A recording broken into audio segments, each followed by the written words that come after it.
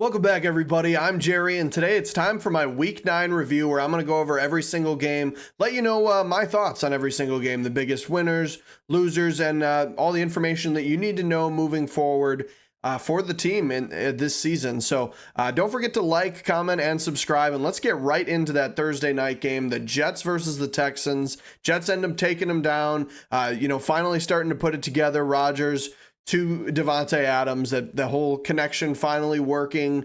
And then Stroud just kind of got steamrolled. He had an awful week, 11 for 30, sacked 8 times. We had 2 Kymie Fairbairn misses, so it was a very unusual week for the Texans, especially, Jets didn't do amazing on offense. Obviously, there was the typical Jets struggles early with Malachi Corley, getting rid of the ball, just dropping it before he got into the end zone. But I think things are on the up and up for the Jets because they have a very easy schedule to come.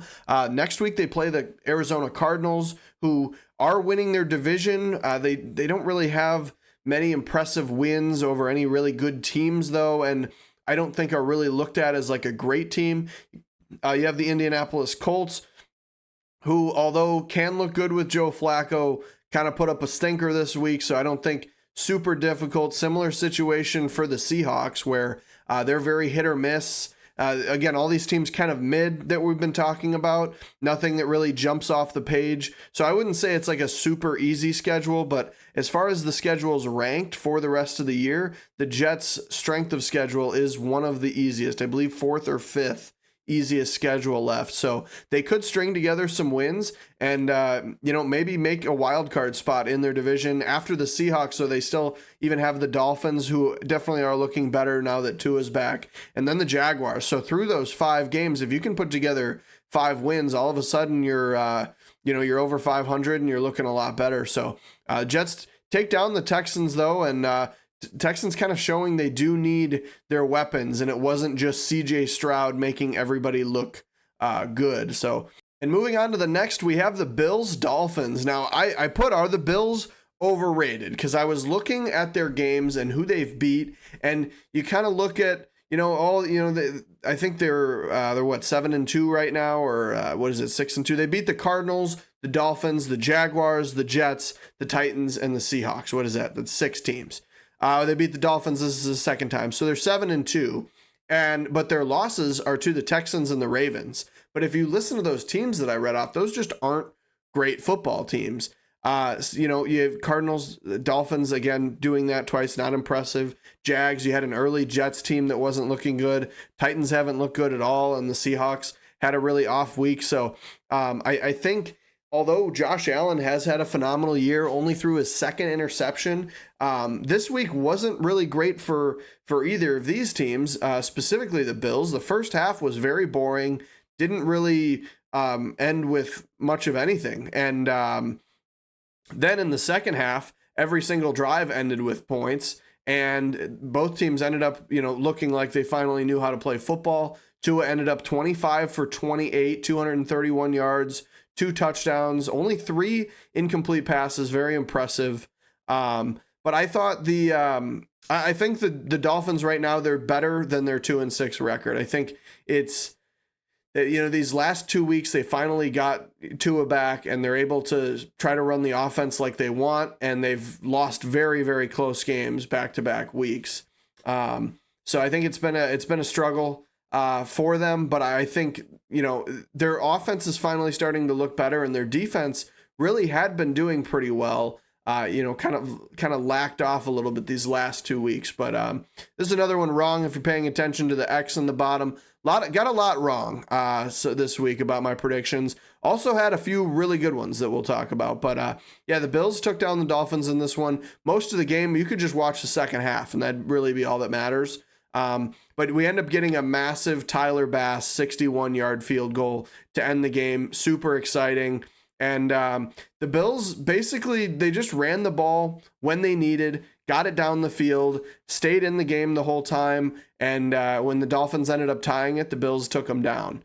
So let's get into the next one, Ravens-Broncos. Now, this was just total domination for the Ravens. We had a Bo Picks. You remember Bo Picks from Oregon? He's back in the NFL. On a second snap, he threw a pick. So really bad. Luckily ended in a Ravens 3-and-out, so they weren't able to capitalize on it. But yeah, it was really just watching Lamar Jackson, whether he wanted to run it or throw it to Zay Flowers or hand it off to Derrick Henry. There really wasn't any stopping it, and they kind of put their foot on the gas and never let off after the little bit of a slow start that they had. Did see a Broncos Cortland Sutton threw the ball to Bo Nix for a touchdown, which was exciting to see, considering I had a Bo Nix, Cortland Sutton stack in one of my fantasy leagues. So that was certainly interesting, seeing my wide receiver have a passing touchdown and my quarterback having a receiving touchdown. But that was fun.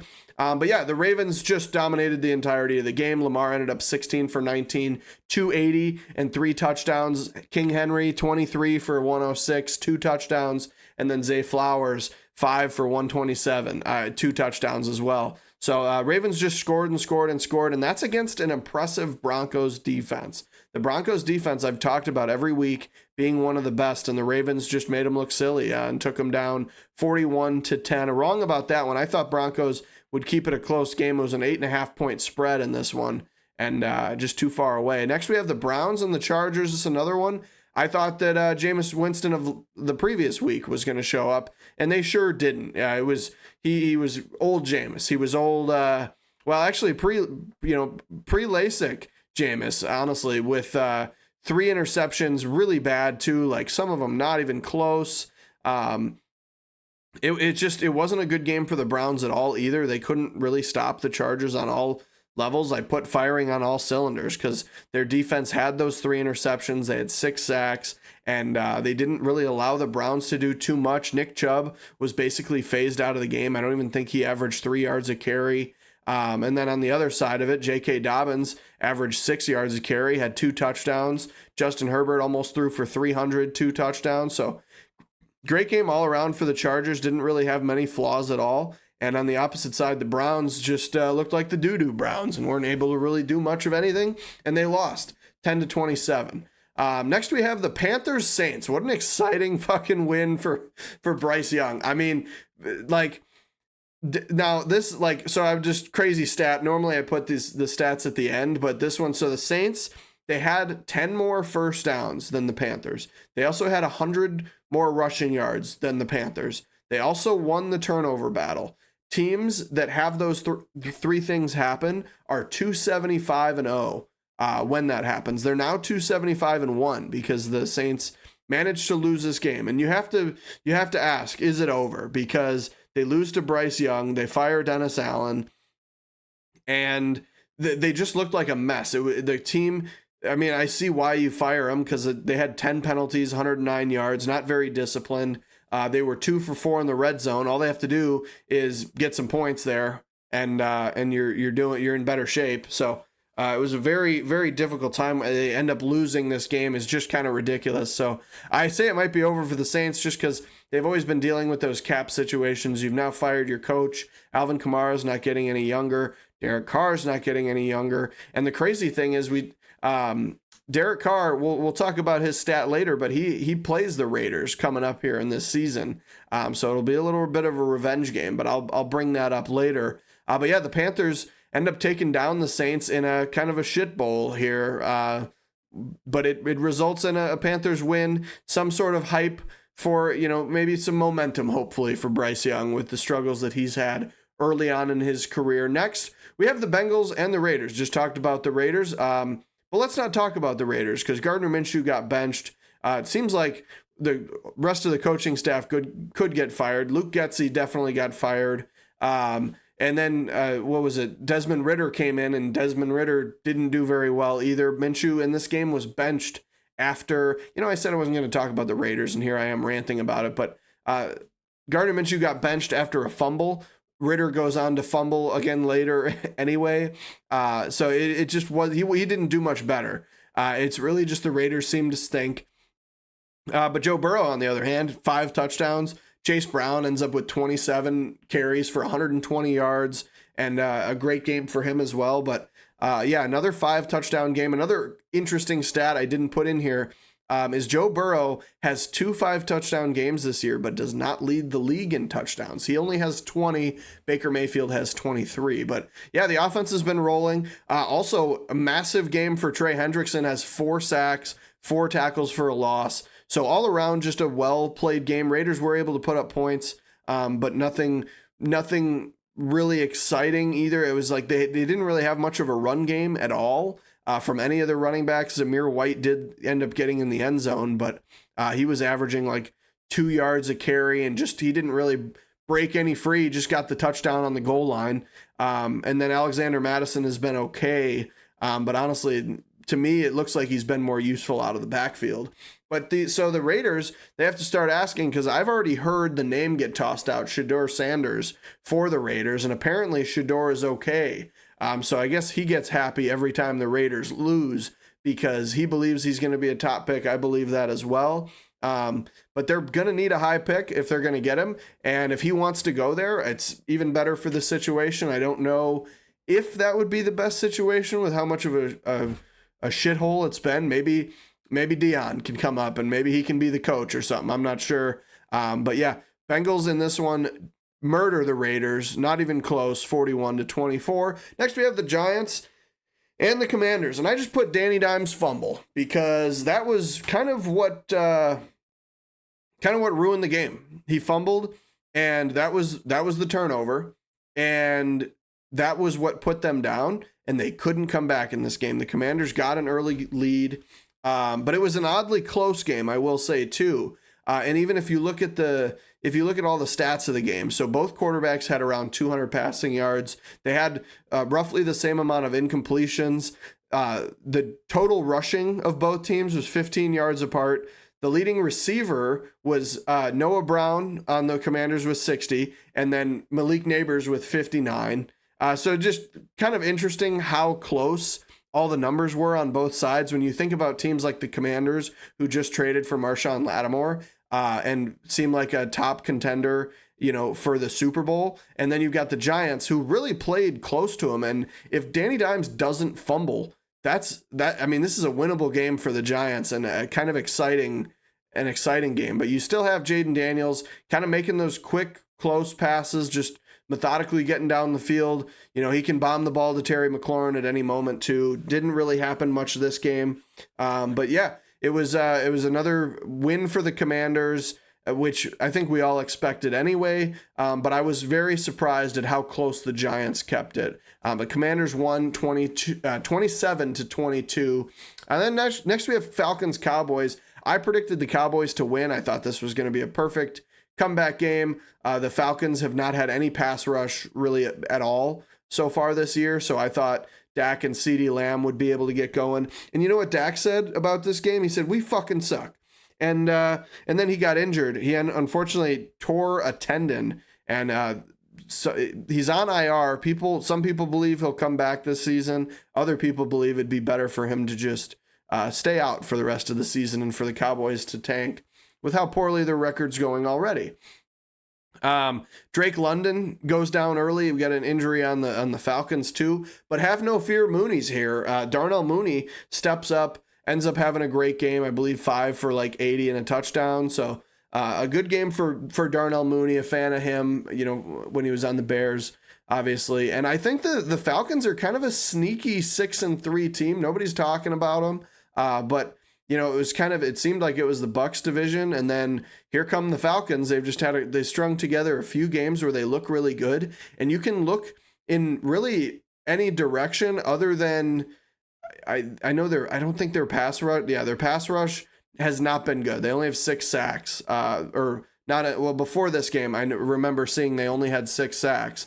But as far as look at their offense, you got Bijan, who's always able to perform, whether it's passing, running, and actually Bijan was a weapon in this game. He had 19 for 86, 7 for 59 through the air, and it was just a great game all around for him. But when you have a dynamic running back like him, you also have Algier. Drake London unfortunately gets injured, but you have Darnell Mooney, Kyle Pitts, definitely been underwhelming for the rest of the team. But when it's all working, Kirk Cousins is getting him the ball, 19 for 24, 222, 3 touchdowns. It was very impressive from the Falcons. And yes, the Cowboys defense has been very injured, and that is definitely having an effect on it.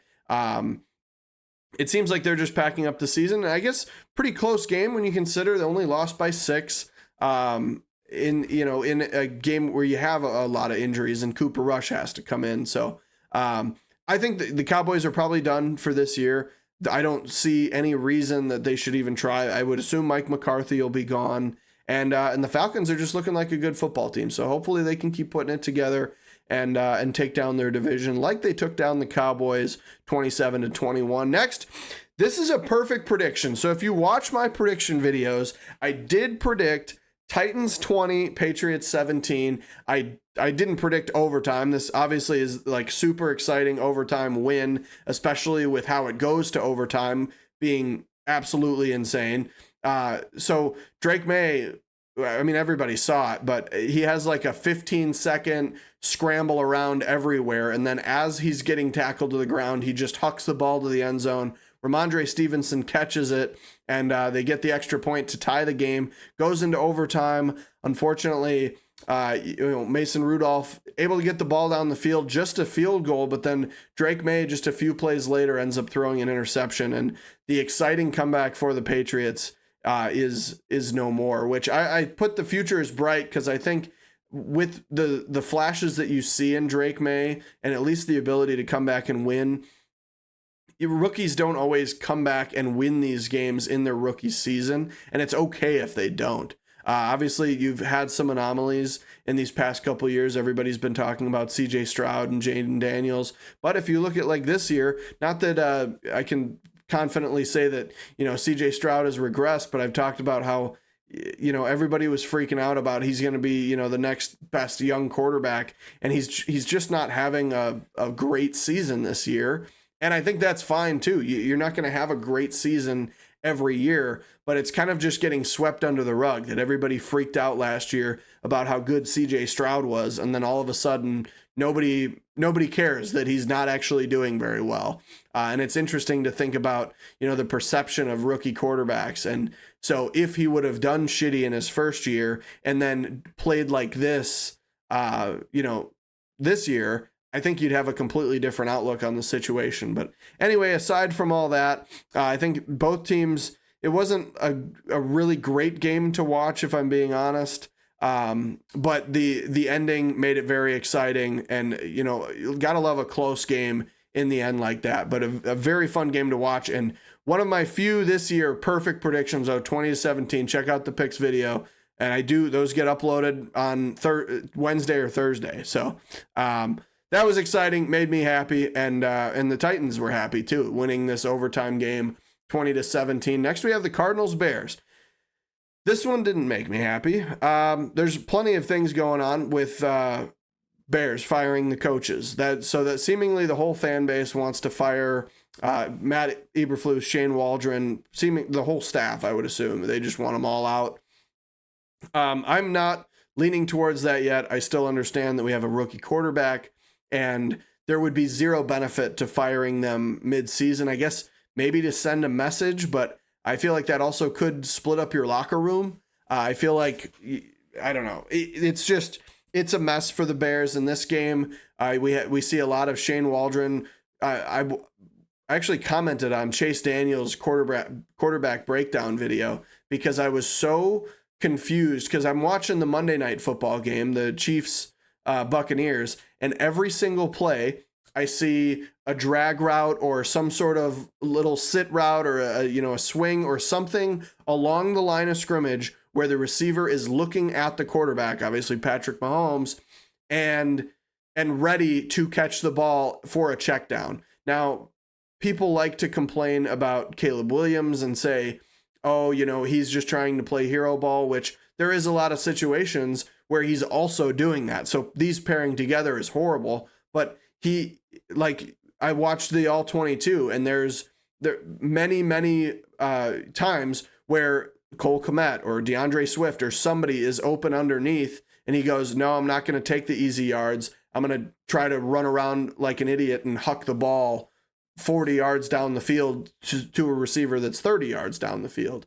And I think that all is stuff that can be learned. And, that might be a bad habit that he has, but he seems urgent to learn. And I think it could be fixed.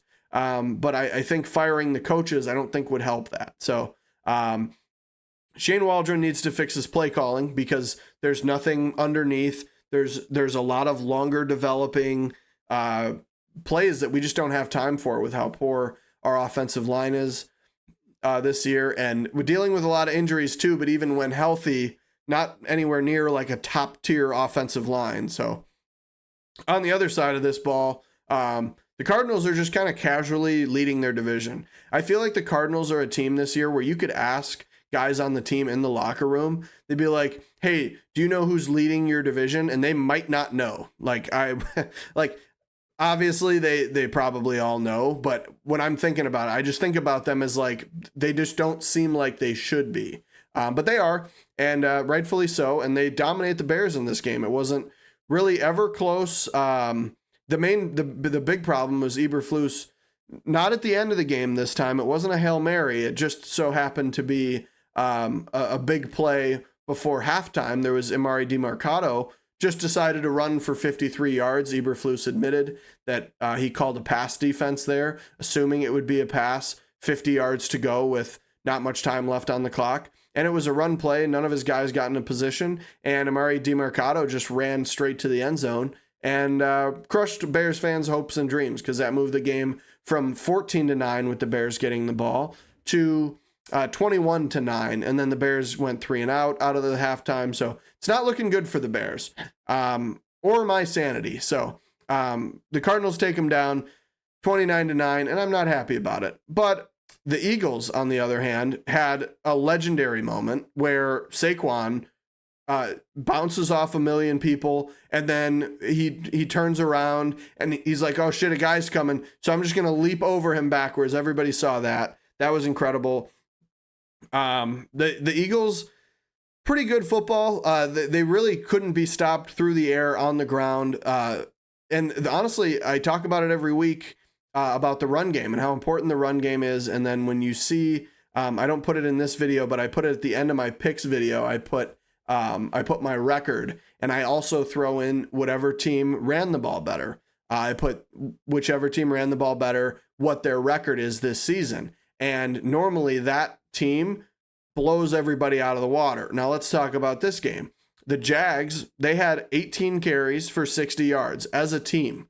That's the whole team. That's not just one player. We've had a single player this week, 29 carries. Jags, whole team, just 18 carries. You've got Tank Bigsby. You've got Travis Etienne. Even D'Ernest Johnson's not bad, and they're not utilizing any of them. They did go down a little early, and then we're trying to play catch up, and they couldn't get the ball going through the air. Trevor Lawrence just decided to throw it to the other team a few times. But 18 for 60 is not going to cut it running the ball. You know what the Eagles did? They had 46 carries for over 200 yards. And Jalen Hurts had 18. He was 18 for 24, 230 yards and 3 touchdowns. So it worked out way better for the Eagles in every regard. And I'm talking shit about the Jaguars this whole time. They had 3 turnovers. It was a mess of a game, but somehow it was only 28-23. I didn't get to watch much of this game. Obviously, as I saw all the clips of the hurdles and stuff, but I could not figure out why the game was 28-3 or 23, because it didn't really seem like it was close at any point. I did predict that the Jaguars would cover the 7.5 point spread here, because the Eagles have played down to their opponents, aside from, the Giants week and the week after that. It had some big wins, but normally they play close to their opponents. And this one, even watching like replays, it just seemed like the Jags stunk the whole game. But I guess they got down the field enough to get in the end zone a couple times and kick a few field goals, but it wasn't enough to win. So the Eagles end up winning 28-23. Next we have the Packers-Lions. I really thought Packers would win this week, just because in Green Bay, this was the Lions' first outdoor game of the season. I don't know if you know, but they usually have like 13 or 14 dome games, just because of where they play, which It's kind of bullshit if you ask me, but that's just, I guess that's the way the cookie crumbles. But basically, the Lions they were not great early. There wasn't really much going on in the first quarter for them. Second quarter comes around, they get in the end zone, get a field goal, and then right before halftime, Jordan Love says, I'm just going to throw the ball up in the air. Kirby Joseph takes it to the house. And after they got that pick six, they just really couldn't come back from it. And despite an underwhelming offense, it was, Jared Goff ended up with 18 for 22. So that's why we got the very, very efficient day for Goff. His completion percentage has been money. And I think you can attribute that to the two-headed monster of Jahmyr Gibbs and David Montgomery, Sonic and Knuckles, is unmatched. And the Lions have the best offensive line in the league. So between that, Jared Goff really could just throw quick little short passes down the field because you have to worry about the run.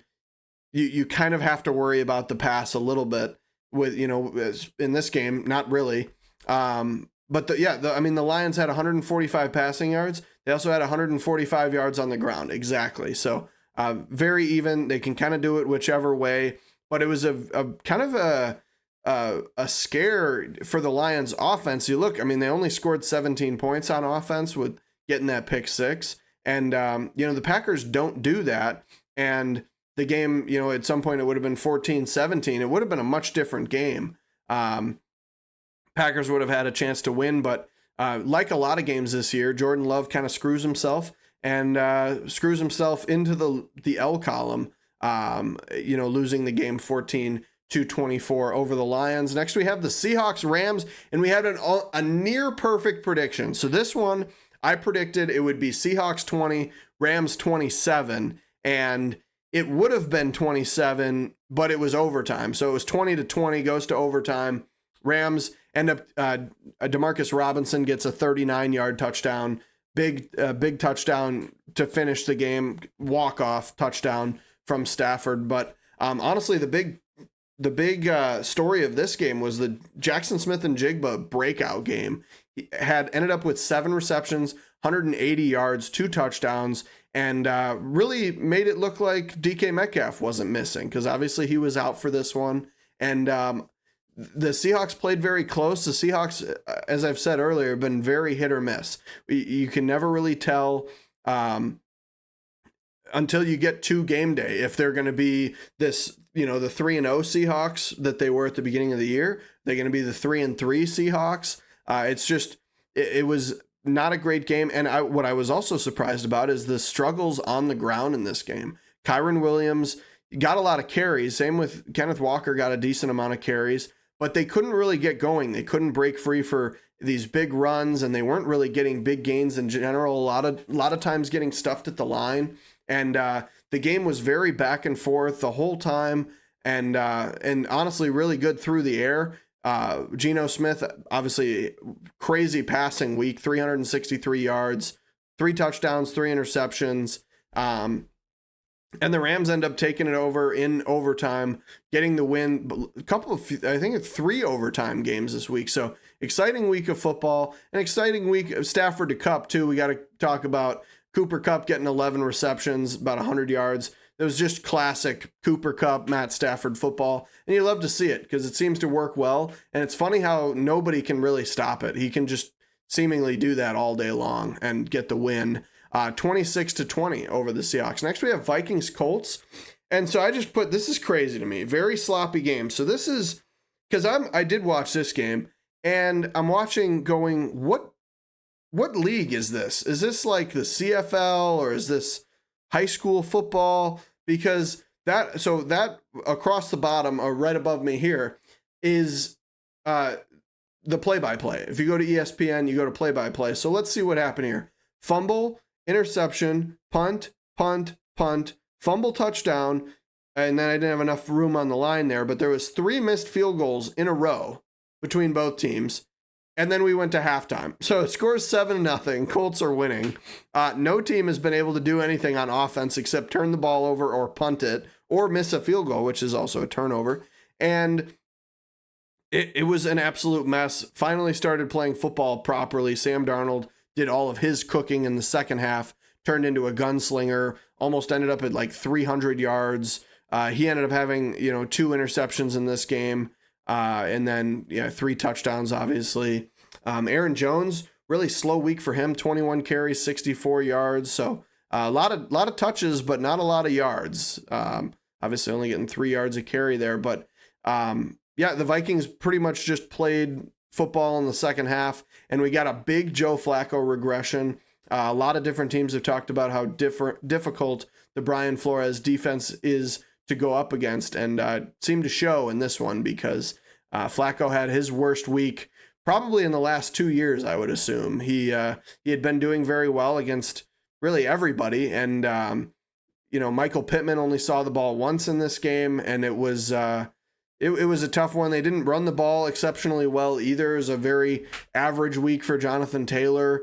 So the Colts showing that they're not really gonna be able to do much on offense if Joe Flacco isn't his, not the most efficient, but he's at least able to get the ball down the field. Usually this week he doesn't, and the Vikings take him down 21-13. Then we have the Monday Night Football game that I was talking about, where I just thought the play calling for the Chiefs was great, and I was just comparing it to the Bears and being sad, basically, because, Bears, what Bears fans do.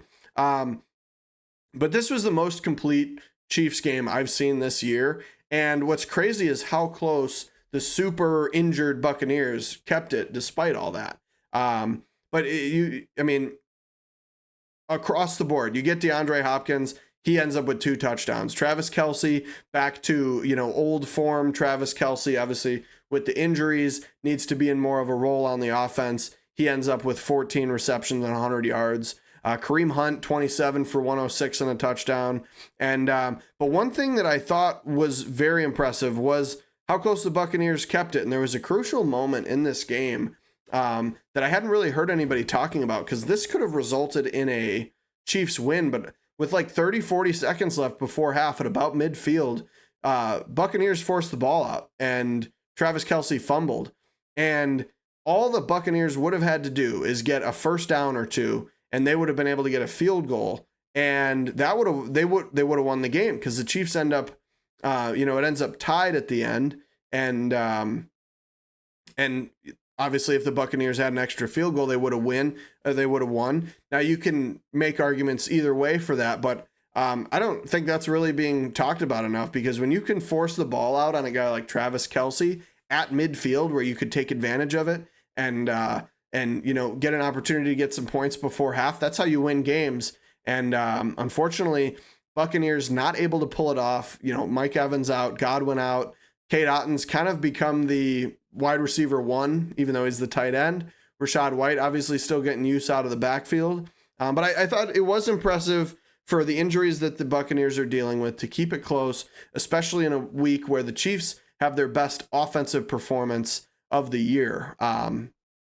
And that's it. So that's the last game this week. Obviously did predict this one against the spread correct as well. It was a -8.5. I couldn't believe that the Chiefs were favored by 8.5. I guess you'd think maybe those Buccaneers injuries, but they'd always played close in games, and it was the same for this one. Let's move on to our weekly leaders.